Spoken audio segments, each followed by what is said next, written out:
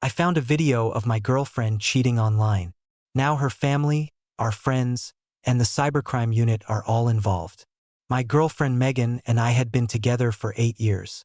Almost 3 weeks ago, my best friend Ryan and another guy we know, Chris, found a video of Megan having sex with another man online. Chris stumbled across it while browsing some niche adult sites and immediately recognized her. He contacted Ryan, and together they came to tell me. When they first told me, I felt shock and emptiness at the same time. I couldn't say a word until they showed me the video.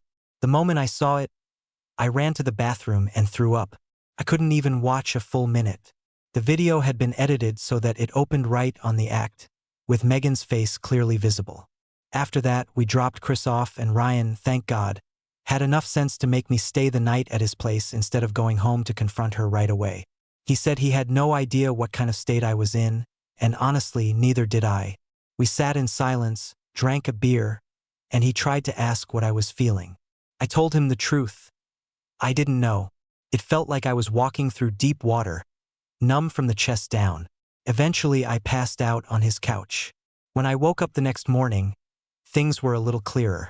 At least enough for me to understand that my relationship was probably over.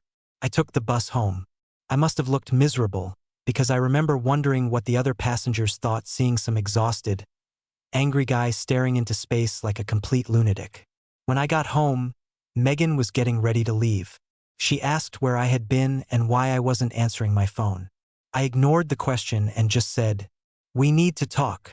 We sat down across from each other at the kitchen table, the same one we built together at my grandfather's farm. That random thought broke whatever emotional dam I still had left. I started crying and asked her how she could destroy something we had spent 8 years building. She looked confused and kept asking what I was talking about. So I showed her the video. She broke down instantly, crying, apologizing, begging. But I couldn't hear any of it.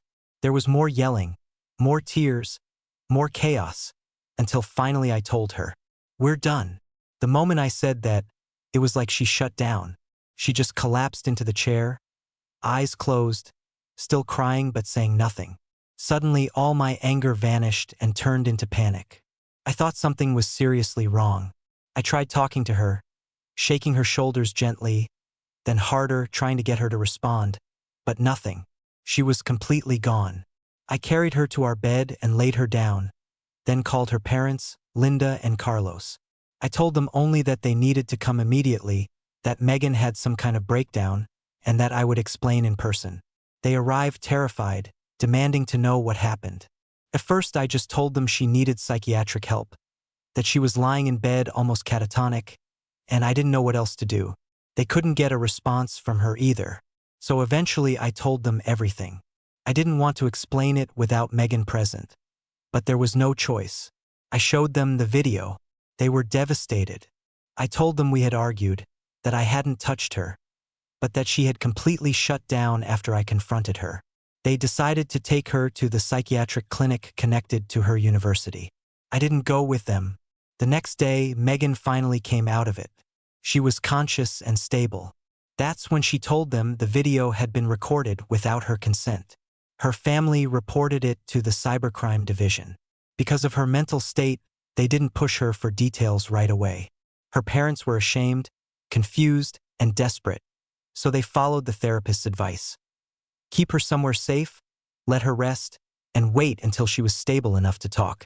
She moved back in with them. All of this was relayed to me by her older sister, Natalie, who tried to act as the go-between. Natalie asked me if I was really ending the relationship. I told her I honestly didn't know if there was anything left to save.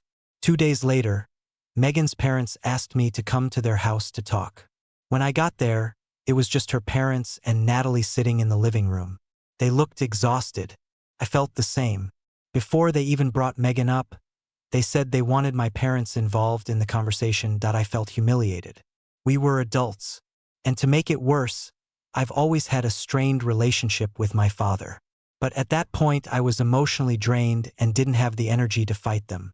Since marriage had already been on the table for us, I gave in. Then they finally told me about Megan. She had locked herself in her room, crying, ashamed, barely speaking. They said she would stay with them for now, and when police needed her in the city, she could stay in a hotel. They said they understood I needed space. They also said the cybercrime unit in our city wanted to speak with me. Since the video had surfaced through mutual contacts, they needed statements. I explained that I wasn't the one who found it, but I'd asked Chris to cooperate.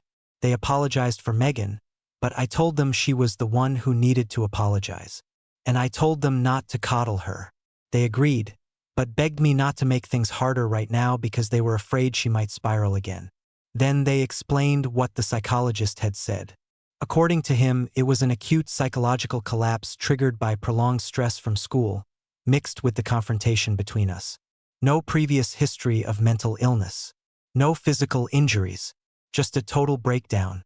Apparently, the psychologist almost called the police on me, but her parents convinced him not to, and since there were no signs of violence, he dropped it. The conversation turned into tears, apologies, and panic, mostly from Linda. At the same time, they were trying to take complete control of everything. Megan's recovery, her school, her finances. And somehow, I felt like I had been erased from my own life. Then, a few nights later, Linda called me in the middle of the night, hysterical.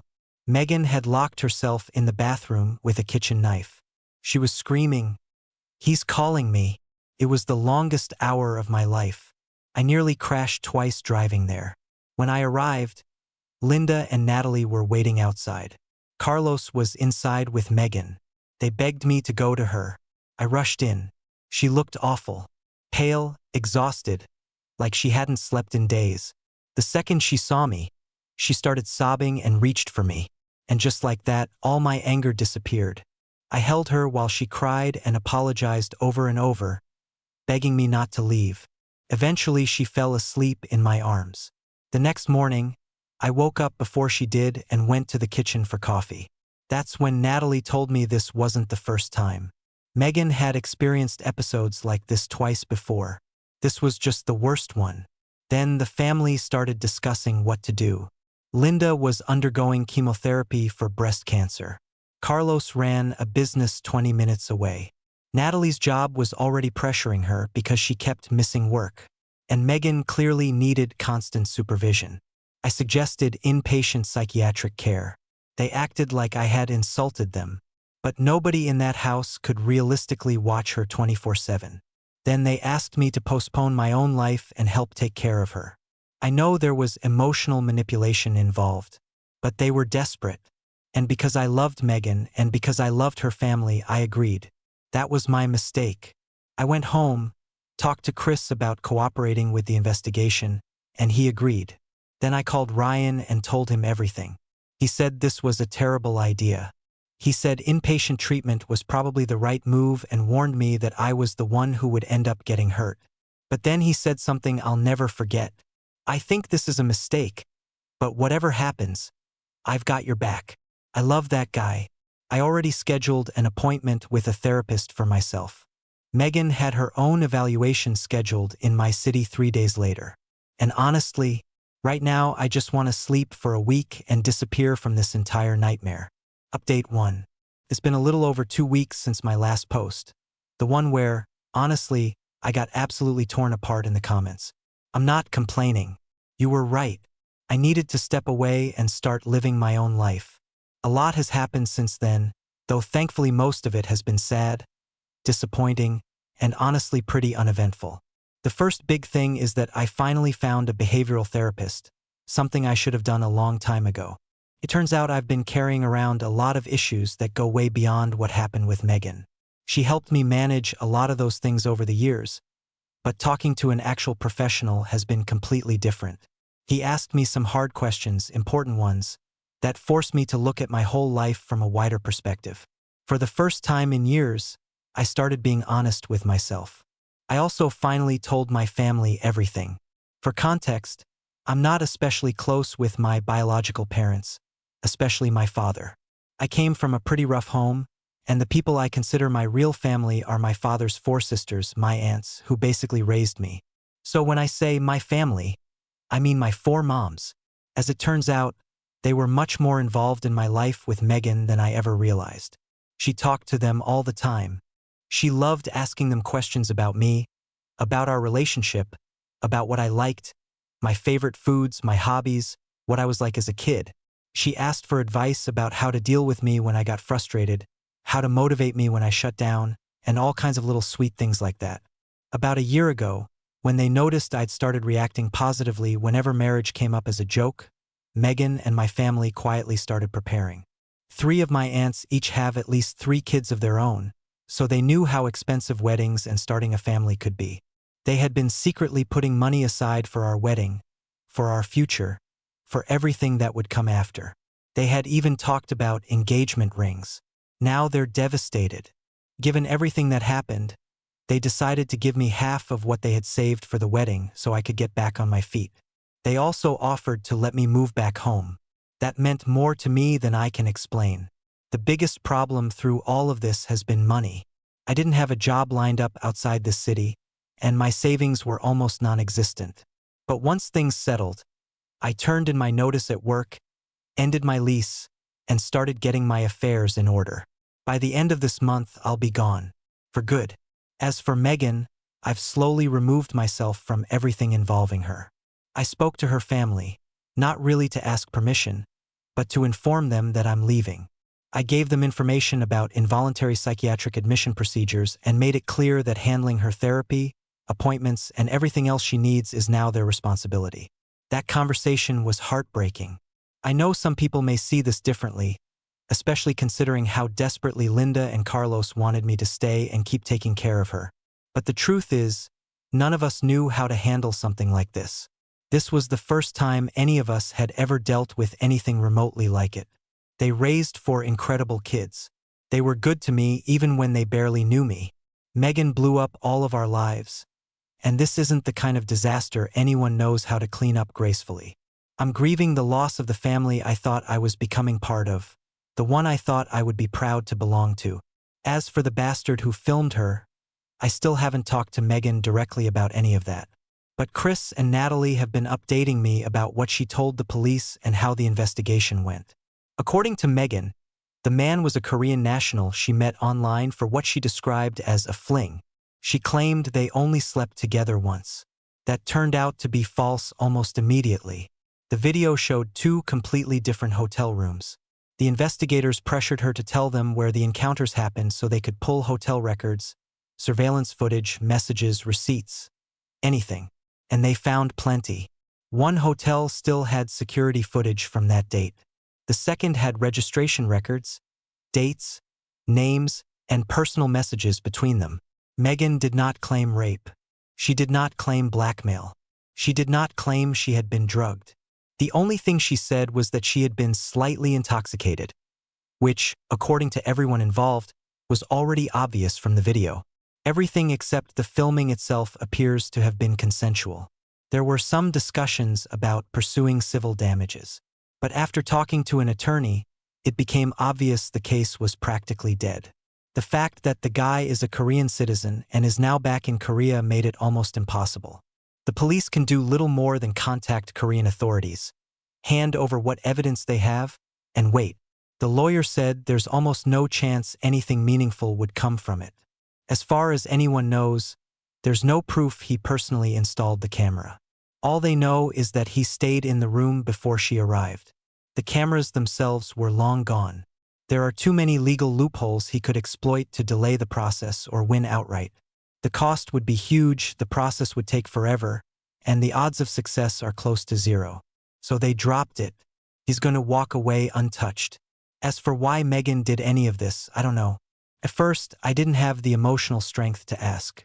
Now I don't care enough to know. I'm not as exhausted as I was before, and my mind is clearer now. I'm leaving no matter what her reasons were. I could walk away without saying another word. Or I could leave her a letter. Thank her for the good years we had, for the love we shared, and say goodbye. That's probably what I'll do. Because despite everything, I'm still a romantic. I've decided I want to go through all of this with as much dignity as I can. If things get truly bad, I'll help where I can. But I won't blame myself. I won't blame her family. And I won't waste my energy punishing Megan for destroying what we had. Not for her sake, for mine. because there's a strange kind of peace in knowing I did everything I could. More than I should have, probably. I can walk away with my head up. And weirdly enough, this whole nightmare has shown me how lucky I actually am. Yes, the woman I loved cheated on me and then had a total breakdown when she got caught. Yes, my future looks uncertain. Yes, therapy has uncovered a lot of buried anger and anxiety from my childhood. But even with all of that, I'm still lucky. I have family who loves me. I have friends who showed up for me. And despite betraying me, Megan brought out some of the best parts of who I am. She gave me beautiful memories. I have nothing to be ashamed of. And I can honestly say this, I was a damn good partner. Update 2. It's been another difficult couple of weeks, and I honestly wasn't sure whether I wanted to post again. Part of me felt like I had already said everything that mattered. But the truth is, things didn't end when I decided to walk away. If anything, that's when the hardest part started. I wrote in my last update that I was planning to leave town and start over. That plan is still in motion. My notice is in at work, my lease is ending, and I've already started packing what little I actually care about. But emotionally, leaving has been harder than I expected. Not because I'm changing my mind. I'm not. I know the relationship is over. I know I can't build a future with Megan after what happened. What's hard is watching the emotional fallout spread through everyone around us. It feels like the wreckage of what she did is still collapsing, and everyone close to her is getting buried in it. A few days after my last post, Linda called me crying. Not panicking like before, just crying in that exhausted, defeated kind of way that tells you someone has been holding it together for too long. She told me Megan had finally started speaking honestly in therapy.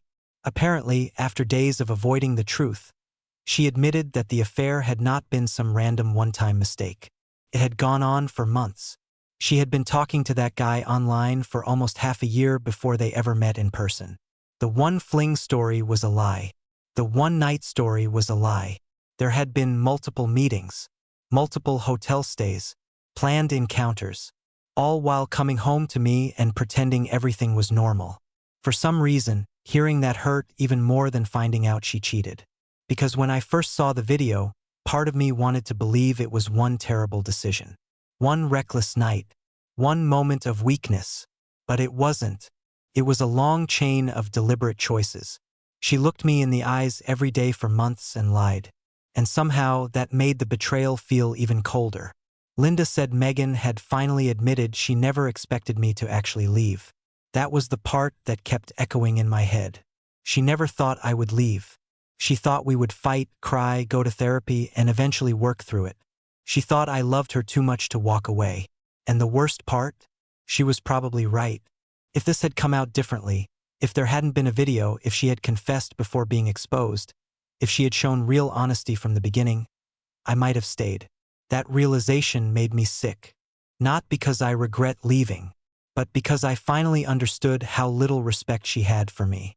She gambled our entire relationship on the assumption that I would absorb the damage and remain. That level of entitlement is hard to process. Linda told me Megan is now overwhelmed with guilt. She barely eats, barely sleeps. She cries constantly. She asks for me, every day. At one point Linda asked if I would come talk to her. Just once. Because Megan believed that hearing from me might help her find closure. I said no. Not angrily. Not cruelly. Just no. Because I finally understand that my presence is not medicine for her. And sacrificing my own peace to comfort the person who broke me is not kindness. It's self-destruction. That was one of the hardest boundaries I've ever set. Linda didn't argue. She just said she understood. But I could hear the disappointment in her voice. And I hated that, because her family has treated me with nothing but kindness. Because I know they are hurting too. Because none of this is their fault. But I can't save Megan from what she's feeling. That's hers now. A few days later, Natalie called me. Unlike her mother, she wasn't emotional. She was angry. She said Megan keeps saying that she didn't mean for any of this to happen.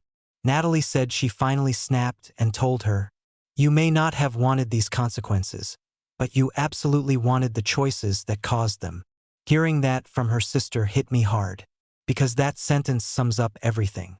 Megan didn't want to lose me. She didn't want to destroy her future. She didn't want to devastate her family. But she absolutely wanted the affair. She wanted the excitement, the secrecy, the thrill, the attention. She wanted all of it. She just didn't want the cost. That truth gave me more clarity than anything else so far. Because for weeks I've been stuck wondering why. Why risk everything? Why throw away 8 years? Why betray someone who loved her? And I think the answer is painfully simple. Because in those moments, she wanted what she wanted more than she cared about the consequences. There may be deeper psychological explanations. There may be trauma, insecurity, fear, self-sabotage, whatever.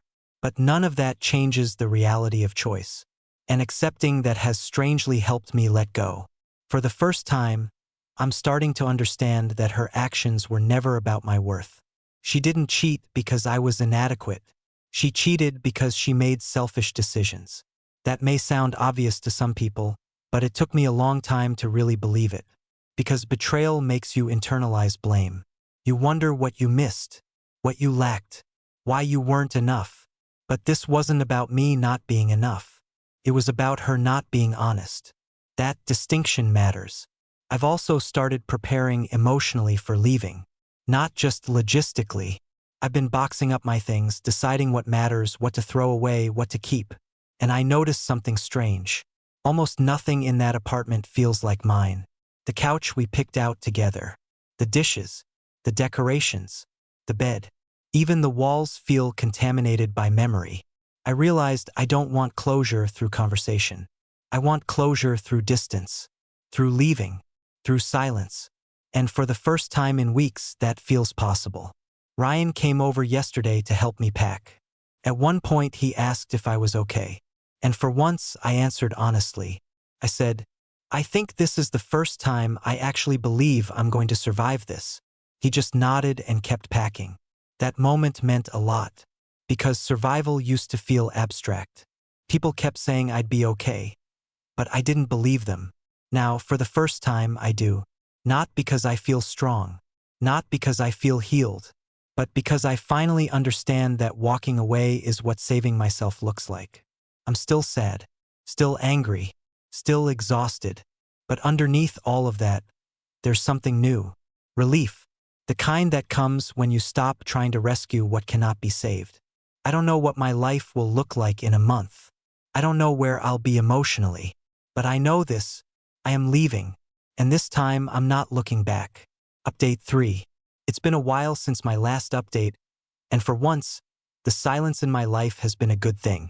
After moving back home, the first few weeks felt like emotional whiplash. I had spent so many months trapped in chaos. Jamie's breakdown, the investigation, the guilt, her family leaning on me. That when everything suddenly stopped, I didn't know what to do with myself.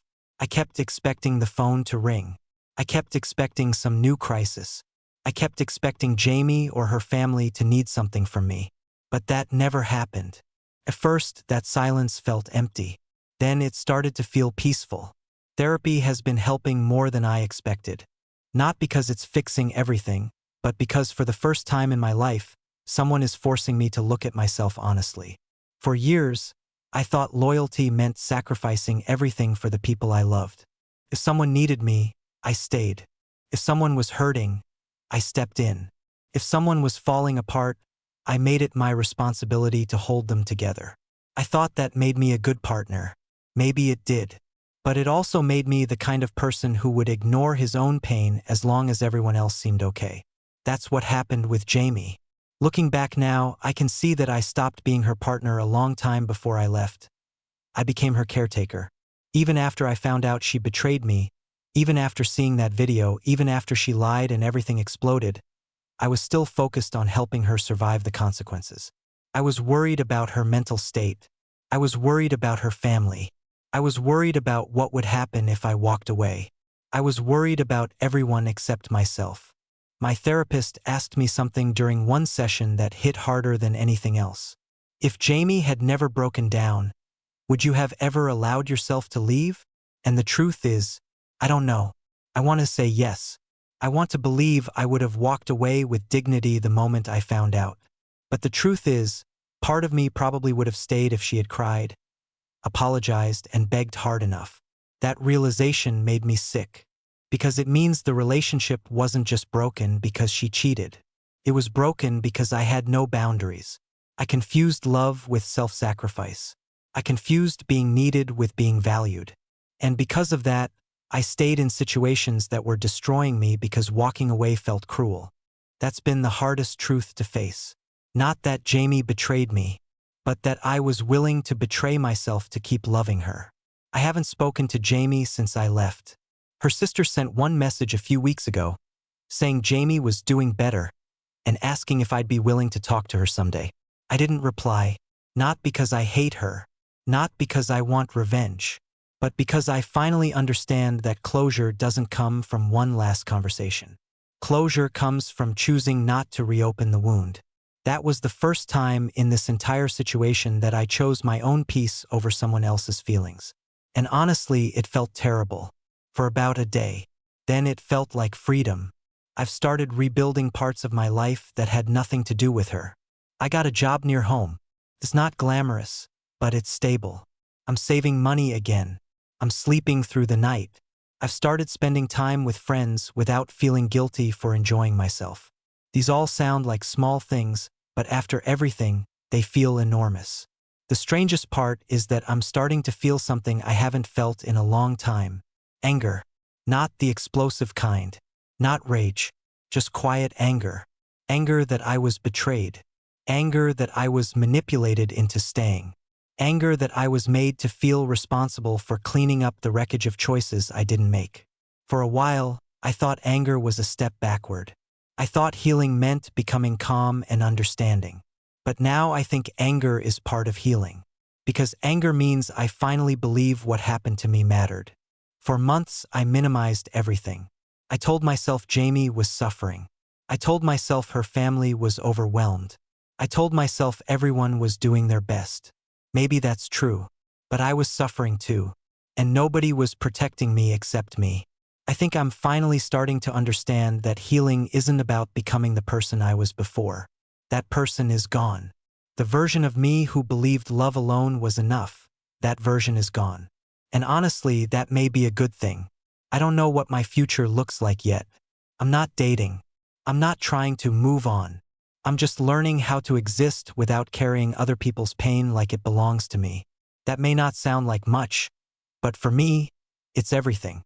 For the first time in a very long time, I don't feel like my life is on fire. It's quiet, and I'm beginning to understand that peace feels unfamiliar when chaos is all you've known. But unfamiliar doesn't mean wrong. It means healing. I'm still hurt. I'm still angry. I still have bad days. But I'm finally beginning to believe that my life can be bigger than what happened to me. That feels like progress. So for now, that's where I am. No dramatic ending. No revenge. No reunion.